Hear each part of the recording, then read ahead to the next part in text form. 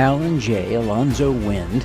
Today's guest is the author of Andean Adventures, a memoir about his experiences in the Peace Corps, NGOs, and working for USAID in South America. He'll also share insights about his superpower and optimistic outlook on life. I'm your host, Devin Thorpe. Welcome to the Superpowers for Good show. Allan, thank you so much for joining me for this conversation. It's just a thrill to get to know you a little bit from reading about you and reading a bit of your book. And now, thank you for joining me for this conversation. Thank you so much for having me. It's really an honor to be invited to have a chance to share some, kick around some different ideas and experiences. Oh, yeah. You have done some amazing things. And you've written a memoir about them. And so I think it's appropriate for us to talk a little bit about the book as we talk about your life, because they seem to overlap, right? I've purchased your book and started reading it. I haven't had a chance to finish it yet, but it is well written. It's fast paced. And full of fun anecdotes. There's one of my favorites from the early pages of the book was about Idi Amin. Maybe you could just share the Idi Amin story before we jump into some more substantive discussions. Well, that's a good reminder of the foolishness of youth. I was in college at the University of Chicago, freshman year.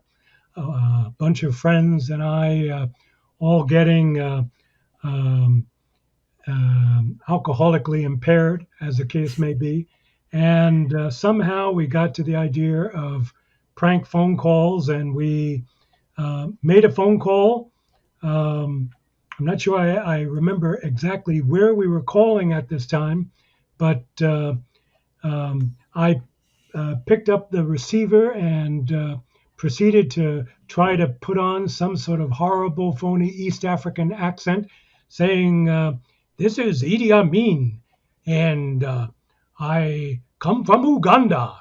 And I made some other comments along the lines of probably referring to an atomic bomb or something, but it was just foolishness, freshman year drunkenness. And then we all kind of drifted back to our rooms in Pierce Tower, the nonexistent, thank God, dorm that I was in at that time. They've since torn it down. And got a knock on the door from the RA, resident assistant, with the police, who had come in and proceeded to march me off to the Cook County lockup for making a bomb threat. And scared the hell out of me. Spent the night in jail, in the lockup, until luckily I got off the next day with the help of the university lawyers with severe admonishment and really learning never to do that sort of thing again. Yeah.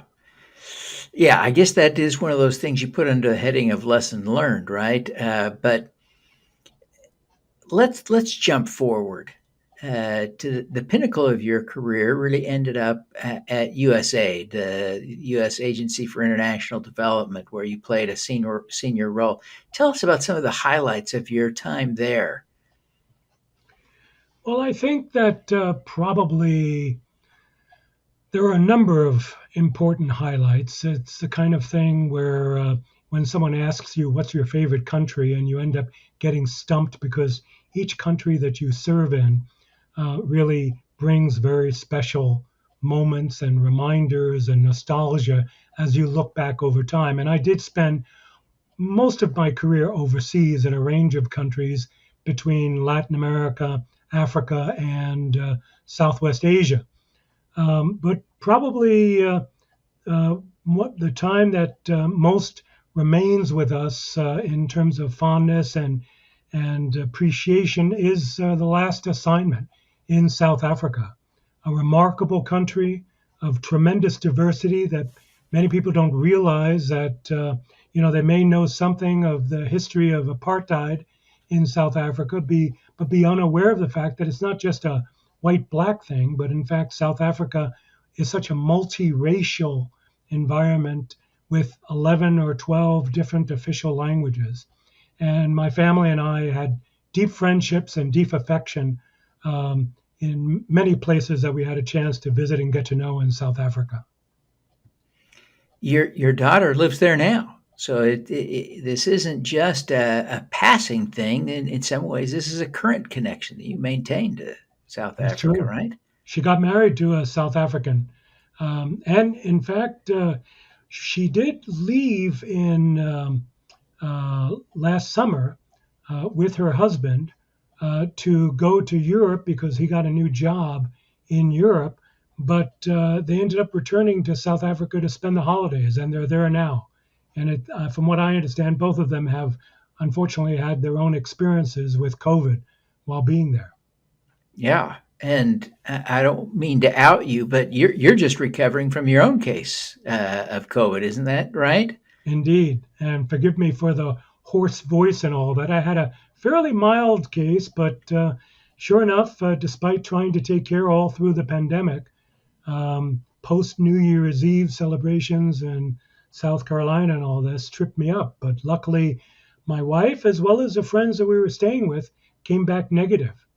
But No, I'm I'm almost done with my recuperation, thank God. well, good. I'm glad that you're feeling better and that they didn't catch it. It's so incredibly contagious. It's spreading like wildfire, quite literally. Um, as you look back on your experiences with USAID, uh, you spent, I think, over 3 decades at USAID. Is that right? Well, strictly speaking, I spent a bit over 22 years with USAID per se, but close to 15 or 20 years with different non governmental organizations as well. I see. And your passion for all of this really, I think, grew out of your experience in the Peace Corps. Tell us a little bit about your Peace Corps experience back in 1980, 82. Well, Peace Corps is really what changed the direction of my life, Devin. I joined Peace Corps because, I grew up in the optimism and the political movements of the 1970s. I wasn't a child of the Vietnam War. I was too young for that. But I did get, to a certain extent, politicized, radicalized by the environmental movement of the early 70s, Earth Day, no nukes campaigns. I was at the University of Chicago, in fact, where the student government was very active in what was then the divestiture campaign about South Africa, trying to address apartheid there. And I always knew that I wanted to go into the Peace Corps. But my expectation was I would join the Peace Corps, serve 2 years as a Peace Corps volunteer after college, and then I would return to the United States, probably to get involved in either health policy or potentially politics. I've been very politically active in Chicago. I've been politically active at school with the student government, and very politically active as well in kind of good government politics in Illinois, Common Cause Illinois. In fact, to drop a name, Rahm Emanuel, the new confirmed ambassador to Japan, and I ran with each other quite a bit. He came from quite the political family, and of course, more recently served as the mayor of Chicago. But we were involved in a lot of different political reform efforts at that time in Chicago, kind of extracurricular school activities, you might say. But as it turned out, I went to Peace Corps and I found the experience of, as Moritz Thompson called it some 60, 70 years ago, living poor, living with the campesinos, the farmer peasants in rural Ecuador, getting to know their daily routines, trying to help them address the sorts of health and nutrition challenges that came through their lives, because I ended up serving in Ecuador as a rural public health volunteer. I found myself really falling in love.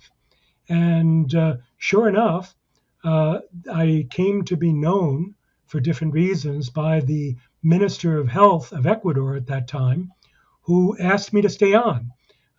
Somewhat amusingly, I tell the story in the book about how he had reached out to the Peace Corps director to ask whether or not I could be renewed for a third year as a volunteer there.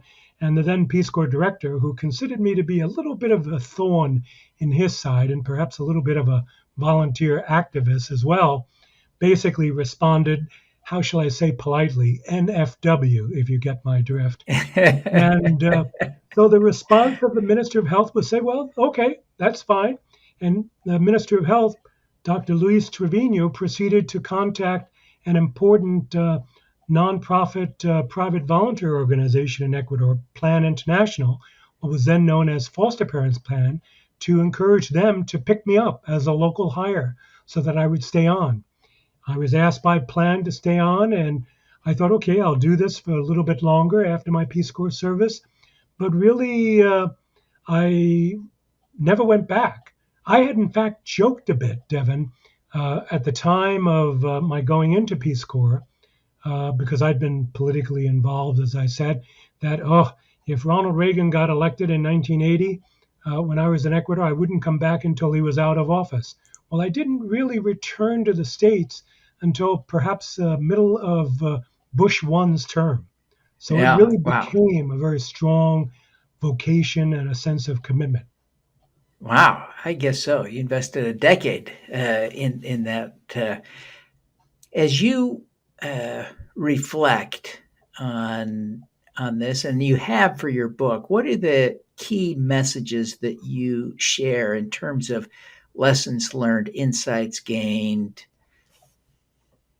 Well, I think a key lesson learned for me, and certainly one that required me to go through the school of hard knocks multiple times to get it into my head, was really the importance of truly listening to people, reflecting on what they're saying and what they're not saying, appreciating them for where life has taken them and their levels of understanding, and not coming in with, I don't want to say an ugly American attitude, because I don't think I ever had that. But certainly when I started out, it would be fair to say that I had probably more than my share of that sort of paternalistic, patronizing, oh, I'm an American, I know best sort of thing, and I'm going there to help you solve your problem. And I really came to a very different understanding, or at least a more sophisticated, more nuanced understanding of what that meant, and the importance of really listening to people, joining with them on a journey of growth and development and empowerment. And, those are easy catchphrases and all that, but it's something that I think I truly lived through the experiences I talk about in the book in Ecuador, and then Bolivia, and then Peru, and then subsequently in the rest of my career through other countries in Latin America and Africa. It is such a profound lesson that you talk about, this attitude of how we help, and 100% valuable, 100% valid. I wonder how we encourage, and I wonder if you'd share your thoughts, and how we encourage people to undertake the kinds of service that have so often been done with what we sometimes pejoratively refer to as a white savior mentality, right? That I will ride in as the American, and I will save you from your problems by leaving some money or painting your village or your church or something, and then I'll leave, and all your problems are solved because I was there. The fact is, I think that work is often important and valued and valuable. How do we motivate people to do it? What's the mental reset that still motivates Americans to help without the really genuinely wrong-headed and offensive I know better than you attitude? I think it's important for people to appreciate that in the area of international service, in addressing the palpable needs that do exist in many lower income countries around the world, There are, of course, areas where humanitarian assistance, direct assistance to communities, to families, to help them get over either a man made emergency or a climactic disaster. There's certainly a time and place for that. And certainly there are many organizations and churches where the expression of generosity can be so important in terms of encouraging assistance. But even there, I think time has told us, has demonstrated that overly paternalistic approaches to addressing those kind of emergencies can undermine the sorts of structures that you have in communities and really delay a true recovery in terms of dealing with a disaster. And one thing is the humanitarian assistance, but the other thing is longer term development assistance, human development, where you're trying to help people using their resources with what assistance we can provide them, overcome the gaps that do exist because of weaknesses in education systems, weaknesses in investment in training, uh, weaknesses in the area of food production and food security. And that's something that I think we're probably on a much more sophisticated level of understanding now than certainly we were in the 1980s, 1990s. I'd like to believe that the countries of Europe and the United States and the people who are involved in terms of charitable efforts and development assistance appreciate that better now. But at the same time, I think there's also a reality that nothing quite replaces the individual experience and growth from service, as you were saying at the beginning, Devin. And that's one of the things that I do try to bring out in the book. I make reference to how a number of the political candidates in the last election talked about national service. And this has been something that hasn't been necessarily identified only with one party or the other. I think it's been something where there have been politicians and thinkers associated with both Republicans and Democrats who have recognized that we have lost something where, admittedly, no one wants to see a return of the draft, but by not having an opportunity of national service, an actual national service obligation that young people have to go through, where they are forced to be thrown into situations where they are living with, working with, talking with, socializing with, and associating with people from very different cultural backgrounds, from very different economic backgrounds. That type of experience, I think, is so valuable in terms of allowing us all to develop a more appreciative and sophisticated sense of how to best be able to contribute generously and effectively in these situations of need. Yeah, I see. I see your point. Well, you have accomplished a lot. Your career is impressive. You're a Thank you. brilliant writer. I truly admire you. I wonder, Alan, if you could share with us what you see as your superpower. Well, that is really the magic question. I guess when it comes down to it, I'd have to say that I am always a glass half full kind of guy. And so I'd like to believe that my main superpower is an optimistic outlook on life. I do try to turn lemons into lemonade, as the expression goes. I do try to apply that in terms of the interactions and experiences that I've had dealing with a wide range of challenges and being in circumstances that sometimes weren't the easiest or the most secure. I realize that it's not always easy. I know that my family suffered a bit in terms of the sorts of experiences that we all went through collectively, and also in the times when I was off on unaccompanied service in places like Iraq and Afghanistan during times of uh, combat theater operations as well. But overall, I think that optimism, that outlook on life, is what enables me to have a certain amount of persistence and perseverance in continuing this type of service, both over the course of what I've been lucky enough to have as my career and in terms of the ongoing efforts that I try to provide to a number of different nonprofit, non-governmental organizations. Can you think of an example of when, a specific case of when your optimism did shape a good outcome from your work at USAID or perhaps another situation? Well, one experience that comes to mind would be probably from Iraq. The first time around that I was there, I was serving on a provincial reconstruction team after a series of frankly unfortunate circumstances in the bureaucracy of USAID, where the job that I expected when I went out there was no longer in place. And in fact, management was looking to send me home because they weren't quite sure what to do with me, since there were no vacancies at that point in what I was supposed to be doing.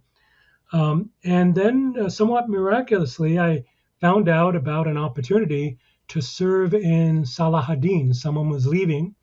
Salahadin is the province of what was known as the Northern Sunni Triangle, an area of a great deal of, at that time, violence, guerrilla activity, resistance to American occupation.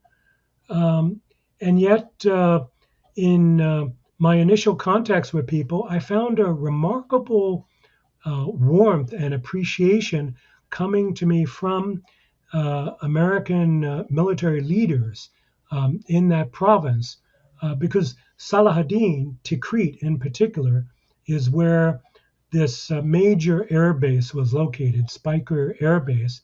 It was a center not just for operations for that provincial reconstruction team in that part of Iraq, but also the center for the Army's efforts to basically reactivate the Ministry of Health and the Ministry of Education all through northern Iraq. And I got invited by the general who was responsible at that time, General Kukalo, and the division surgeon to join Army Air Forces and to travel around all of northern Iraq to serve as an emissary of the type of assistance we at USAID were trying to provide in terms of reactivating and rebuilding Iraqi institutions. That was something that was unplanned for, and had we followed the structure of the official USAID plan, might not have happened. It allowed me to be able to reach communities and Iraqi leaders that USAID officers who were stuck in Baghdad would not have been able to do. So it really opened up a remarkable number of doors. While serving in Tikrit, I found myself, frankly, getting a little bit of a reputation of what some of the force protection, the soldiers were calling a bullet magnet, because unfortunately there proved to be a sniper who started attacking movements every time we would visit the Tikrit University School of Medicine or other installations, particularly the NGO Federation. And my military force protection supporters wanted me to basically dial it back and turn it down. But I was optimistic that if we continued the outreach with these Iraqi institutions, if we enlisted Iraqi local organizations in terms of serving as partners with us and allowing them to establish meetings where I could meet with different community groups under their auspices, admittedly with military support and control, but under the auspices of the NGO network that existed at that time, that we would be able to combat this sniper activity, perhaps more effectively than otherwise. Long story short, that proved to be the case, and we were able to reestablish for Tikrit and for that province a lot of key activities, particularly in the area of farming and food production, which was invaluable, I think, over Oh, time yeah. for the communities that were food challenged and water challenged in that part of Iraq. Well, having established for yourself that optimism is helpful, how would you coach other people who may struggle with optimism to channel it, to find it, to build it, to develop it? How do people learn optimism? That's a tough question. Um, Part of me tells me there is an innateness to it. Part of me tells me that it's also a product of the types of circumstances, the life lessons that we go through. I think it requires conscious efforts and a certain amount of internal bravery to open yourself up and to show your vulnerabilities and to try to call out on whatever sort of divine spirit, divine spirituality that you find yourself called to ask for that sort of help. I think that whatever your religious faith, that ability to open yourself up and either through prayer or meditation or other spiritual teachings is really key towards changing our hearts and allowing ourselves to be able to operate under circumstances we might not easily be able to do otherwise. That is a profound insight, and I appreciate you sharing that. Well, Alan, I really thank you for taking the time to do this, to visit with me tonight, and really commend you for the great work you've done, for your great career, and for the book you've written. Um, Before we wrap up, would you just take a minute and tell people how they can connect with you, whether that's social media, tell them how they can get a copy of the book, and whatever else you want to share in a concluding thought. Well, thank you very much, Devin, and thank you again for having me on. Certainly, I encourage people to take a look on my personal website that has a number of different links for people to be able to access the book. It's available at ennoble.net. That's ENABLEENNOBLE.net. And the book is available on Amazon. It's available in both English and Spanish. It's available in ebook, and it's gone through different promotions, paperback, and also now a hardcover. And I was able last year to record an audiobook version as well on Audible. There are different promotions for it. If you're a Kindle, I forget the term that they use it, but basically a power Kindle reader, it's available free or certainly at a very economical price as an ebook for those that are interested. Fantastic. I can also encourage people to, if they wish, to look out for me on Facebook. I've got an author page at Allan Wind Author. They can find it there. That's my author's page, and I'll certainly be willing to entertain requests that come that way. And within the book themselves, there's a link that people can email if they're interested as well, ennoble@gmail.com. I'm always interested in feedback and constructive criticism, whatever people care to share in terms of their own experiences. Fantastic. Well, Alan, again, thank you very much for being with us today. We commend you for your great career, and we want to wish you every success in sharing your story through this book. We hope that this is a great chapter of your life as you do that. Devin, thank you very much. And if you don't mind, if I can include one other additional plug, one of Please. the organizations I've been working with and serving now as a member of the board of directors for the last couple of years, that was actually founded by a friend of mine who was herself a Peace Corps health volunteer in Ecuador, is Hunger Relief International. And the organization is actually based out in Oklahoma City, Oklahoma. If people are interested, they might want to consider going to the website of hungerreliefinternational.org. And Hunger Relief International supports small-scale, family-to-family, local community efforts in Guatemala and Haiti, both countries of which are, of course, extremely needy.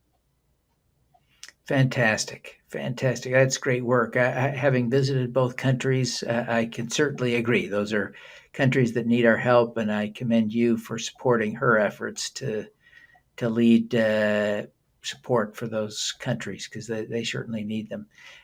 Allan, again, thank you very much for being with us. We wish you every success. Thank you. All righty. Let's do some good. Thank you for tuning in to the Superpowers for Good show. Twice each week, we host changemakers who share their impact, insights, and superpowers. Don't miss another episode. Subscribe today at superpowersforgood.com. That's superpowers4good.com. Be super empowered. Get your copy of the book, Superpowers for Good, as an ebook, audiobook, paperback, or hardcover edition via your favorite online retailer. Interested in having me speak to your company, organization, or association? Visit devinthorpe.com. Then let's talk. Now, keep using your superpowers for good. Together, we can reverse climate change, improve global health, and eradicate poverty.